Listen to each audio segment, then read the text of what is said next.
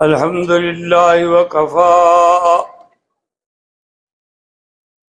والصلاة والسلام على خاتم الأنبياء سيدنا محمد المصطفى وعلى آله المجتبى وأصحابه النجبى. اللهم صل على سيدنا محمد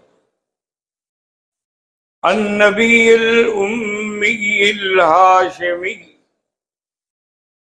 وعلى آله وأصحابه نجوم الهدى. أما بعد فقد قال الله تبارك وتعالى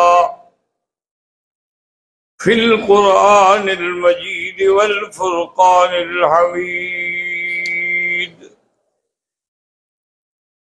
أعوذ بالله من الشيطان الرجيم.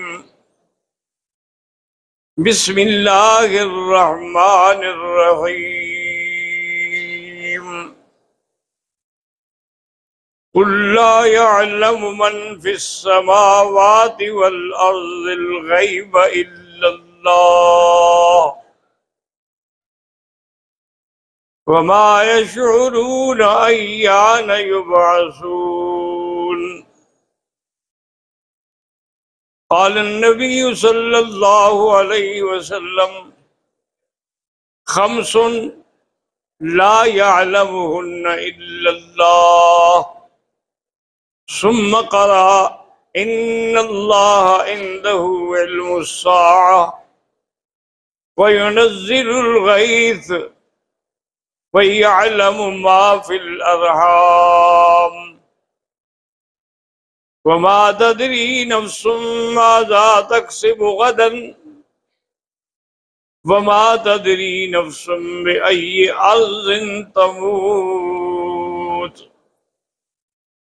صدق الله العلي العظيم وصدق رسوله النبي الكريم ونحن على ذلك لمن الشاهدين ومن الشاكرين والحمد لله رب العالمين.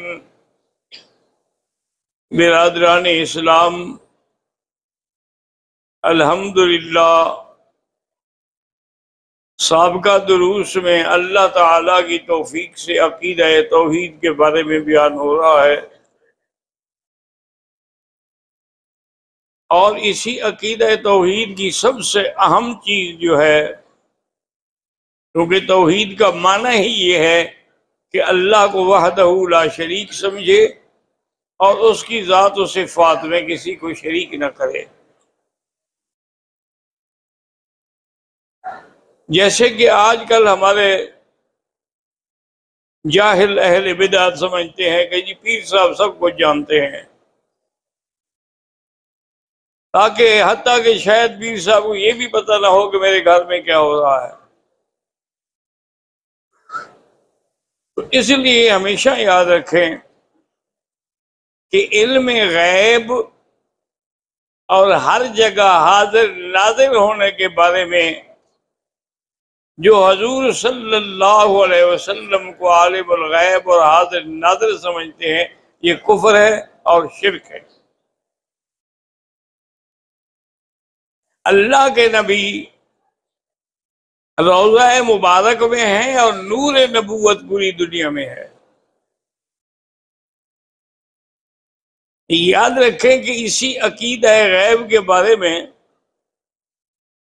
فرشتوں کا کیا عقیدہ تھا. اللہ نے جب ان کو حکم دیا کہ انبئونی باسماء ہؤلاء ان کنتم صادقین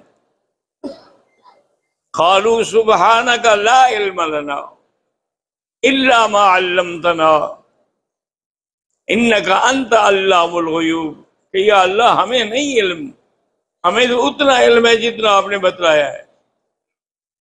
علم غیب کے مالک تو آپ ہیں،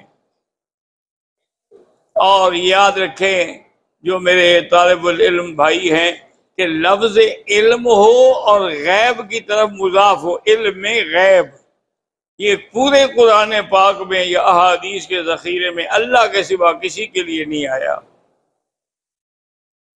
اگر پیغمبروں کے لیے آیا ہے تو اطلاع علی الغیب تو ہے، اخبار عن الغیب تو ہے، انباء عن الغیب تو ہے، لیکن علم غیب نہیں ہے۔ یہ تو اللہ تبارک و تعالیٰ کی ذات کا خاصہ ہے۔ اس لیے اللہ تبارک و تعالیٰ نے عیسیٰ علیہ السلام سے فرمایا کہ تم نے یہ کہا تھا کہ مجھے بھی اور میری ماں کو بھی الہ سمجھو، قال سبحانک ما یکون لی، تو حضرت عیسیٰ نے عرض کیا کہ پاک ہے آپ کی ذات، میں وہ بات کیسے کہہ سکتا ہوں کہ مجھے زیبا بھی نہ ہو۔ سبحانک ما یکون لی ان اقول ما فی انت تعلم ما فی نفسی ولا اعلم ما فی نفسک، آپ جانتے ہیں میں نہیں جانتا، کیوں؟ انک انت علام الغیوب۔ تو عیسیٰ علیہ السلام کا بھی یہی فیصلہ ہے کہ عالم الغیب جو ہے وہ اللہ کی ذات ہے۔ اسی طرح تمام انبیاء علیہم السلام، یوم یجمع اللہ الرسل فیقول ماذا اجبتم قالوا لا علم لنا انک انت علام الغیوب۔ تمام انبیاء نے بھی یہی کہا کہ یا اللہ ہم تو اتنا جانتے ہیں جو ہم نے دیکھا سنا، لیکن علم غیب کے مالک تو آپ ہیں۔ تو تمام انبیاء کا بھی یہی عقیدہ ہے کہ عالم الغیب اللہ ہے۔ میرے آقا حضور پاک کا بھی یہی عقیدہ ہے، فرمایا کہ میں آیا ولا اقول لکم عندی خزائن اللہ ولا اعلم الغیب ولا اقول لکم انی ملک۔ دوسری جگہ فرمایا لو کنت اعلم الغیب لاستکثرت من الخیر، کہ عالم الغیب اللہ کی ذات ہے، اگر میں علم غیب رکھتا تو مجھے کبھی کوئی تکلیف بھی نہ پہنچتی۔ اگر حضور عالم الغیب ہوتے تو 70 صحابہ کو شہید ہونے کے لیے بھجوایا تھا، حتیٰ کہ جب وہ شہید ہونے لگے تو انہوں نے کہا کہ یا اللہ اخبر نبینا، ہمارے پیغمبر کو خبر کر دیں۔ ان کا بھی عقیدہ یہی تھا کہ حضور عالم الغیب نہیں ہے۔ اگر ان کا عقیدہ تھا کہ عالم الغیب ہے تو پھر خبر کرنے کی کیا ضرورت تھی؟ اسی طرح آپ دیکھیں کہ اگر آپ یہ عقیدہ رکھ لیں کہ حضور عالم الغیب ہیں اور ہر جگہ حاضر ناظر ہیں، تو پھر ہجرت کا کیا معنی؟ اگر ہر جگہ حاضر ناظر ہیں تو پھر اس کا کیا مطلب ہے کہ آپ مکے سے پہلے غار ثور گئے، غار ثور سے پھر آپ تشریف لے گئے، پھر مسجد قباء پہنچے، اس کے بعد مسجد بنی عوف میں جمعہ پڑھایا، پھر آپ مسجد نبی پہنچے، اور بچیاں بھی کہہ رہی تھی کہ طلع البدر علینا من ثنیۃ الوداع، کہ ہم پر آج ہی چاند طلوع ہوا ہے، پہلے نہیں تھا۔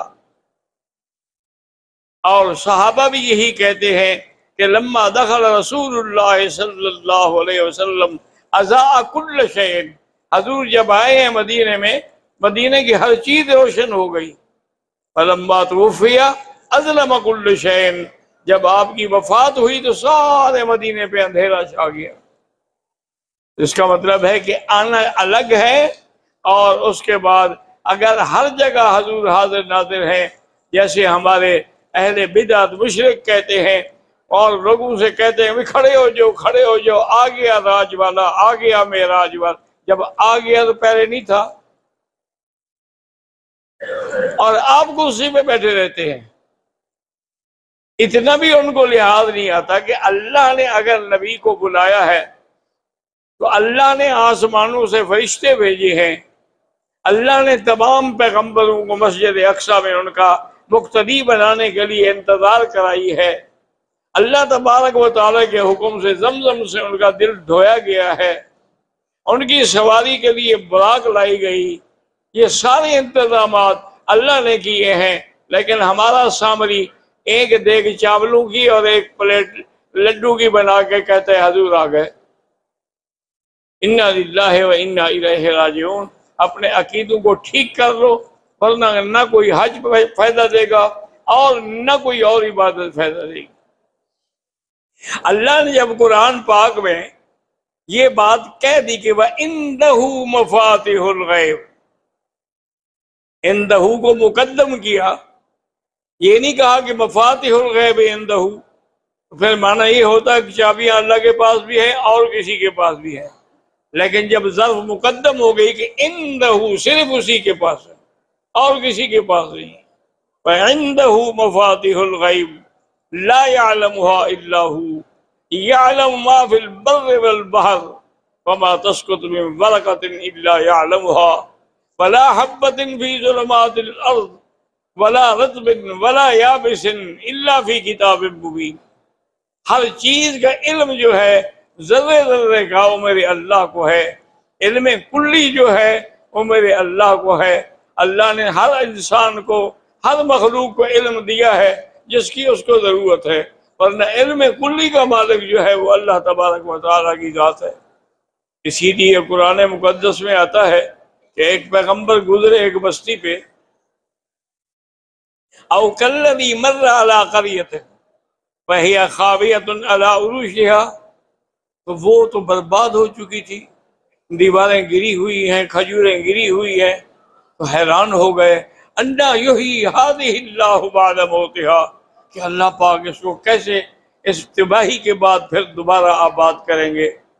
تو اللہ پاک نے کیا فیصلہ فرمایا؟ فَأَمَاتَهُ اللَّهُ مِئَةَ عَامٍ، اللہ نے ان پہ 100 سال کے لیے موت مسلط فرما دی۔ اب وہ 100 سال اس کو ان پہ موت آ گئی، لیکن پیغمبر کی شان ہوتی ہے جیسے ان کی حیات نرالی ہوتی ہے ان کی موت بھی نرالی ہے۔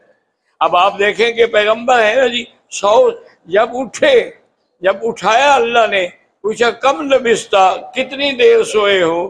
کہا یومن او بعض یوم، شاید پورا دن یا اس سے بھی کچھ کم۔ اللہ نے فرمایا اللہ کے بندے بل لبست 100 عام، 100 سال تم سوتے رہے، اور 100 سال میں نہ ناخن بڑھے ہیں، نہ بال بڑھے ہیں، نہ شکل میں تبدیلی آئی ہے، نہ آپ کے لباس کو کچھ بوسیدہ ہوئی ہے، اسی طرح وہ محفوظ ہیں۔ وہ حیران ہو کے بیٹھے۔ اللہ نے فرمایا فانظر الی طعامک وشرابک لم یتسنہ، حتیٰ کہ تمہارا پانی جو تھا نا ساتھ اس کو بھی ہم نے خراب نہیں ہونے دیا۔ وانظر الی الحمار کیف ننشزها ثم نکسوها لحما، اللہ نے فرمایا تمہاری یہ گدھا ہے نا، اب دیکھو اس کو ہم کیسے اٹھاتے ہیں۔ اٹھایا، اس کا ڈھانچہ کھڑا ہوا، پھر اس کو گوشت پہنایا گیا۔ اللہ نے فرمایا اب تم نے دیکھ لیا؟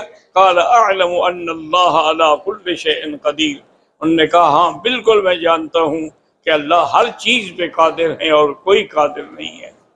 حضرت ابراہیم الخلیل علیہ السلام نے اذ قال ابراہیم رب ارنی کیف تحیی الموتى، یا اللہ مجھے دکھا کہ آپ مردوں کو کیسے زندہ کرتے ہیں۔ قال اولم تؤمن، کیا تمہارا ایمان نہیں؟ انہوں نے کہا قال بلا، میرا اللہ ایمان تو ہے، لیکن میں مشاہدہ کرنا چاہتا ہوں، دیکھنا چاہتا ہوں۔ قال فخذ 4 من الطیر فصرهن الیک، 4 پرندے پکڑ لو، ذبح کرو، ان کے گوشت کو آپس میں ملا دو، اور پھر اس کے بعد ایک ایک تھوڑا تھوڑا کر کے پہاڑ پہ رکھ دو۔ ثم اجعل على كل جبل منهن جزءا، اور اس کے بعد میں ثم ادعوهن، اب ان کو بلاؤ، یاتینک سایہ، وہ دوڑتے ہوئے آ جائیں گے تمہارے پاس، اڑ کے نہیں آئیں گے تاکہ شبہ ہو جائے کہ کوئی اور پرندے ہیں یا پرندوں میں مل گئے، نہیں تمہارے سامنے چل کے آئیں گے۔ جیسے میں ان کو زندہ کرتا ہوں اسی طرح میں ساری مخلوق کو بھی زندہ کروں گا، کیونکہ یہی بات کافر بھی کہتے تھے کہ میں یحیی العظام وہی رمیم، جب ہڈیاں ہماری گل جائیں گی، وہ سیدھا ہو جائیں گی، ان کو پھر کون زندہ کرے گا؟ اللہ نے فرمایا قل یحییھا الذی انشأھا اول مرۃ وہو بکل خلق علیم، اللہ کی ذات زندہ کرے گی۔ الذی جعل لکم الشجر الاخضر نارا، اللہ نے جس نے تمہارے لیے سبز لکڑی میں آگ پیدا کی۔ کیا معنی؟ بعض نے فرمایا کہ لکڑی ہم کاٹ کے رکھ دیتے ہیں، وہ سوکھ جاتی ہیں، پھر ہم ان سے آگ جلاتے ہیں۔ بعد نے کہا کہ نہیں، اس سبز لکڑی میں بھی جیسے یمن میں دو درخت ہیں، ان کو ایک دوسرے پہ مارا جائے تو آگ نکلتی ہے۔ اللہ نے فرمایا الذی جعل لکم من الشجر الاخضر نارا فاذا انتم منه توقدون اولیس الذی خلق السماوات والارض بقادر علی ان یخلق مثلهم بلا وهو الخلاق العلیم۔ تو اللہ تبارک و تعالی عالم الغیب بھی ہیں اور ہر جگہ حاضر اور ناظر بھی ہیں۔ حاضر مانا جیسے شہید، واللہ علی کل شیء شہید۔ ناظر کا معنی دیکھنے والے ہیں، لیکن یہ یاد رکھو کہ بعض اللہ معاف کرے اہل بدعت نے جہالت کی وجہ سے یا آمدن یہ معنی بنا دیا ہے کہ اللہ ہر جگہ حاضر ناظر ہے۔ کیا معنی؟ ہر چیز کے اندر خدا موجود ہے، کہ ظاہر میں ہے پیر فریدن، باطن میں ہے اللہ، کہ ظاہر میں تو ہمارا پیر ہے لیکن باطن میں خود خدا ہے۔ نعوذ باللہ ثم نعوذ باللہ۔ اللہ تبارک و تعالی ایسے مشرکانہ عقائد سے مسلمانوں کو نجات عطا فرمائے۔ بھئی اللہ کا ہر جگہ موجود ہونے کا معنی سمجھو۔ کیا معنی؟ اللہ اپنی علمیت سے، علم سے ہر جگہ موجود۔ کیا معنی؟ کہ وہ ہر چیز جانتے ہیں، ان کے آگے کوئی چیز چھپی ہوئی نہیں ہے۔ دیکھو نا، آپ کے پاس کوئی چیز ہو چھپی ہوئی نہ ہو تو آپ جانتے ہیں، لیکن علم نہ ہو، چاہے آپ نے کان پہ قلم رکھی ہوئی ہو، ڈھونڈ رہے ہوتے ہیں کدھر گئی کدھر گئی، کیونکہ علم نہیں ہے۔ اسی لیے اللہ نے جب موسیٰ علیہ السلام اور ہارون علیہ السلام کو فرمایا اذهبا الى فرعون انه طغى، تم دونوں جاؤ فرعون کے پاس، بڑا سرکش بن گیا ہے، فقولا له قولا لینا لعله يتذكر ان يخشى او يخشى، کہ اس کو جا کے نرمی سے بات سمجھاؤ، اس کو دلائل سے بات سمجھاؤ۔ یہ پیغمبروں کی دعوت، اسلوب دعوت ہے کہ کسی کو دعوت دیتے ہیں تو محبت سے دعوت دیتے ہیں، تلخی سے دعوت نہیں دیتے۔ جیسے آج جس مولوی کو غصہ آ جاؤ گا تو یہ کافر ہے، یہ کافر ہے، یہ کافر ہے، یہ کافر ہے، یہ قادیانی ہے، یہ مرتد، نہیں، بالکل قولا لہ قولا لینا۔ ایک دفعہ مجھے یاد ہے، بڑی پرانی بات ہے، بہاولپور میں ایک مسجد میں میرے خیال میں عشاء کی نماز کے لیے میں بھی وضو کر کے گیا تو ایک نوجوان لڑکا ماشاءاللہ خوبصورت، وہ بھی وضو کر کے اندر آیا تو اس کی پینٹ اونچی تھی، تو مولوی صاحب جو تھے نا جی آگے اس کے گلے پڑ گئے، نہ تمہارا وضو ہے نہ تمہاری نماز ہے، یہ دیکھو تم پنڈلیوں سے بھی اوپر کی ہوئی ہے تم نے پینٹ۔ اس نے دیکھا اور نے کہا مولوی صاحب میں فرعون سے برا نہیں اور تم موسیٰ سے اچھے نہیں، اس کو تو اللہ حکم دیتے ہیں نرمی سے بات سمجھو، تو میرے گلے پڑ گئے ہو، کیا میں فرعون ہوں؟ تم موسیٰ پیغمبر ہو۔ آپ مولوی صاحب ہکے بکے، اس کو پتہ نہیں تھا کہ یہ اتنا پڑھا لکھا بھی ہوگا، تو پھر بالکل جواب دینے کی کوئی طاقت ہی نہ رہی۔ اس لیے ہمیشہ یاد رکھیں کہ جب اللہ قرآن میں ایک بات کا فیصلہ کر دیں، اللہ نے فرمایا وَمَا كُنْتَ لَدَيْهِمْ إِذْ يُلْقُونَ أَقْلَامَهُمْ أَيُّهُمْ يَكْفُلُ مریم، میرا مدنی آپ وہاں نہیں تھے جب بھی مریم کے لیے قرعہ ڈالا جا رہا تھا کہ کون کفالت کرے گا، تو آپ وہاں نہیں تھے۔ وَمَا كُنْتَ لَدَيْهِمْ إِذْ أَجْمَعُوا أَمْرَهُمْ، جب حضرت یوسف کے بھائی ان کو لے کے اکٹھے ہو کے کنویں میں ڈالنے لگے، آپ وہاں بھی نہیں تھے۔ وَمَا كُنْتَ بِجَانِبِ الطُّورِ، آپ وہاں بھی نہیں تھے۔ جب اللہ کہتا ہے نہیں تھے، آپ کیسے کہتے ہیں کہ ہر جگہ حاضر ناظر ہیں؟ اللہ تو فرما رہے ہیں کہ آپ وہاں نہیں ہیں، جب نہیں ہیں تو پھر حاضر ناظر بھی نہیں ہیں۔ اپنے عقائد کو اچھے طریقے سے صاف رکھیں تاکہ عقیدے میں اگر غلطی ہو گئی تو پھر کچھ بھی نہیں رہے گا۔ اسی لیے ایک دفعہ سیدہ عائشہ سے رضی اللہ تعالی عنہا سے کسی نے پوچھا کہ اللہ کے نبی غیب جانتے ہیں؟ فرمایا کذب علی اللہ، اس بندے نے اللہ پہ جھوٹ بولا ہے جو کہے کہ نبی عالم الغیب ہے۔ انہ لا یعلم الغیب، وہ غیب نہیں جانتے۔ اسی طرح بلکہ ایک حدیث میں آتا ہے کہ حضور صلی اللہ علیہ وسلم سونے کے لیے جب لیٹے تو وہاں ایک کھجور پڑی ہوئی تھی، آپ نے اتفاق سے کھا لی، کھا تو لی لیکن ساری رات آپ پلٹیاں کھاتے رہے، نیند نہیں آئی۔ بیوی نے پوچھا کیا وجہ ہے؟ انہوں نے کہا کھجور میں نے کھا لی، پتہ نہیں صدقے کی ہو، خیرات کی ہو، زکوٰۃ کی ہو۔ انہوں نے کہا نہیں وہ کھجور میری تھی، نہ صدقے۔ پھر جا کے حضور کو اطمینان، یعنی جو چیز بستر پہ موجود ہے اس کا بھی علم نہیں ہے۔ علم جو ہے وہ اللہ تبارک و تعالیٰ کی ذات کو ہوتا ہے۔ اسی طرح ایک سفر میں حضور صلی اللہ علیہ وسلم جب سفر میں جاتے تھے تو بیویوں میں قرآن اندازی کرتے، اور یہ مسئلہ بھی یاد رکھو کہ حضور قرآن اندازی کے پابند نہیں تھے، اللہ نے آپ کو اجازت دی تھی۔ آپ نے فرمایا جس کو چاہیں آپ ترجیح دیں، جس کو چاہیں آپ لے جائیں، لیکن پھر بھی اللہ کے نبی کا کمال عدل ہے کہ پھر بھی حضور صلی اللہ علیہ وسلم باقاعدہ قرآن اندازی کرتے ہیں۔ تو قرآن میں بی بی عائشہ کا نام نکلا، وہ بھی سفر میں ساتھ ہے۔ اس کے پاس ایک ہار تھا جو اس نے اپنی بہن سے مانگا تھا۔ خدا کی شان ہے کہ آپ قضائے حاجت کے لیے دور گئی، واپس آئی، دیکھا تو ہار نہیں ہے، ٹوٹ گیا کہیں۔ حضور پاک نے آ کے عرض کیا، حضور نے صحابہ کو حکم دیا بھی تلاش کرو، اگر آپ عالم الغیب ہیں، ہر جگہ موجود ہیں، جانتے ہیں کہ ہار کہاں ہے، پھر تلاش کرنے کا کیا معنی؟ بیوی کہتی ہے کہ حضور تو میری گود میں سر رکھ کے لیٹ گئے اور صحابہ تلاش کرتے رہے، اتفاق یہ ہے کہ پانی نہیں تھا اس جگہ پر۔ اب جب نماز کا وقت قریب ہونے لگا تو لوگوں نے جا کے حضرت ابو بکر کو پکڑا کہ دیکھو تمہاری بیٹی کی وجہ سے اللہ کے نبی نے قافلہ روک دیا ہے، اب ہمارے پاس پانی نہیں ہے، تم نماز کیسے پڑھیں گے؟ حضرت صدیق آئے، بی بی کہتی ہیں انہوں نے آ کے مجھے یہاں زور سے گھونسا مارا، وہ اتنا زور سے مارا کہ میرے آنسو نکل آئے، لیکن میں نے اپنے بدن کو ہلنے نہیں دیا کہ حضور کی نیند میں فرق نہ آئے۔ کہا کہ اب استغناس لوگوں کو تم نے روک رکھا ہے، ہار تھا گر گیا، دے دیتے، اس کا بدلہ دے دیتے، پیسے دے دیتے، لوگوں کی نماز کا کیا ہوگا؟ تو ابھی یہی بات باپ بیٹی کے درمیان میں ہو رہی تھی کہ جبریل نازل ہوئے کہ فَإِن لَّمْ تَجِدُوا مَاءً فَتَيَمَّمُوا صَعِيدًا طَيِّبًا، اگر پانی نہ ہو تو تیمم کر لو۔